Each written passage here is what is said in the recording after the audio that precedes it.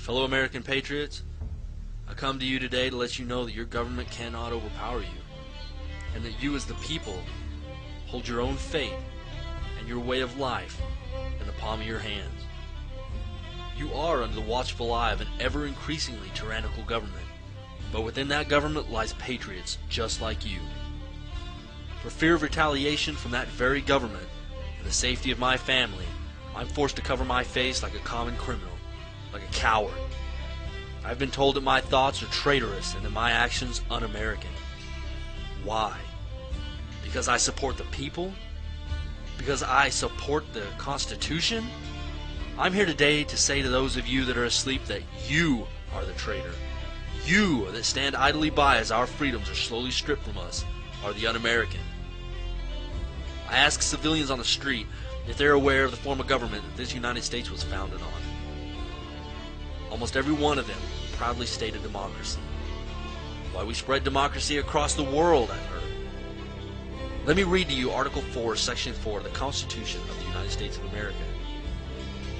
The United States shall guarantee to every state in the Union a republican form of government, and it shall protect each of them against invasion and on application of the legislature or of the executive when legislature cannot be convened against domestic violence. And tell me if this one sounds familiar. I pledge allegiance to the flag of the United States of America and to the republic for which it stands, one nation, under God, indivisible, with liberty and justice for all. How did we get so far from our roots? And while I'm on pledges, many of you might have seen the YouTube video produced by Harpo Productions, where dozens of celebrities pledged to be a servant to our president, mankind. A servant to our president. Last time I checked, our president is a servant to the people. And I pledge no allegiance to any man. You know what I pledge? I pledge that I will support and defend the Constitution of the United States against all enemies, both foreign and domestic, and that I will bear true faith and allegiance to the same, so help me God. That's what I pledge. And that's the pledge that every U.S. service member makes. Yet it seems most of them don't even know what's in the Constitution. Second Amendment, written December 15, 1791. A well-regulated militia being necessary to the security of a free state, the right of the people to keep and bear arms shall not be infringed. Shall not be infringed. I consider any laws that affect my right to keep and bear arms as an infringement on that right. So you lawmakers out there, go ahead. Push past the Blair Holtz H.R. 45 bill. We will use every avenue of peaceful resolve that we have. But you push our backs against the wall, and we will push back. Next is the 10th Amendment. The powers not delegated to the United States by the Constitution or prohibited by it to the states are reserved to the states respectively or the people. So all these laws that the government passes, like you having to give your child shot known to cause autism before your child can attend public school, the restrictions of homeschooling, the banning of medicines that help people, gun control being referred to the committee right now as I speak, the suspension of habeas corpus, so many unconstitutional laws that 9 states have already declared sovereignty to the United States government, and it's expected that over 20 do.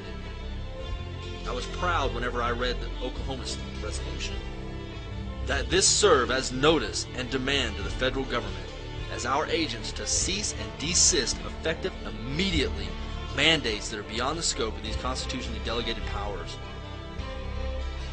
That's passion, conviction, dedication of the Oklahoma residents. And they're not alone. We, the American patriots, are tired of standing idly by. This is a call to arms. Support the sovereignty of your states. Reclaim your freedoms. Write your senators. Write your congressmen. Write your state representatives. For you American citizens that are asleep, there's something going on around you. And if you can't see it, it's only because you're so self-absorbed in your trinkets and your cell phones and your video games, your corporate jobs. There's a revolution brewing under the surface of your country and you don't even know it. If I ask you if you're awake and you don't know what I'm talking about, you need to start searching for information. You need to read your Constitution. You need to know your rights. Look up what started the first revolution. Do research on your monetary system.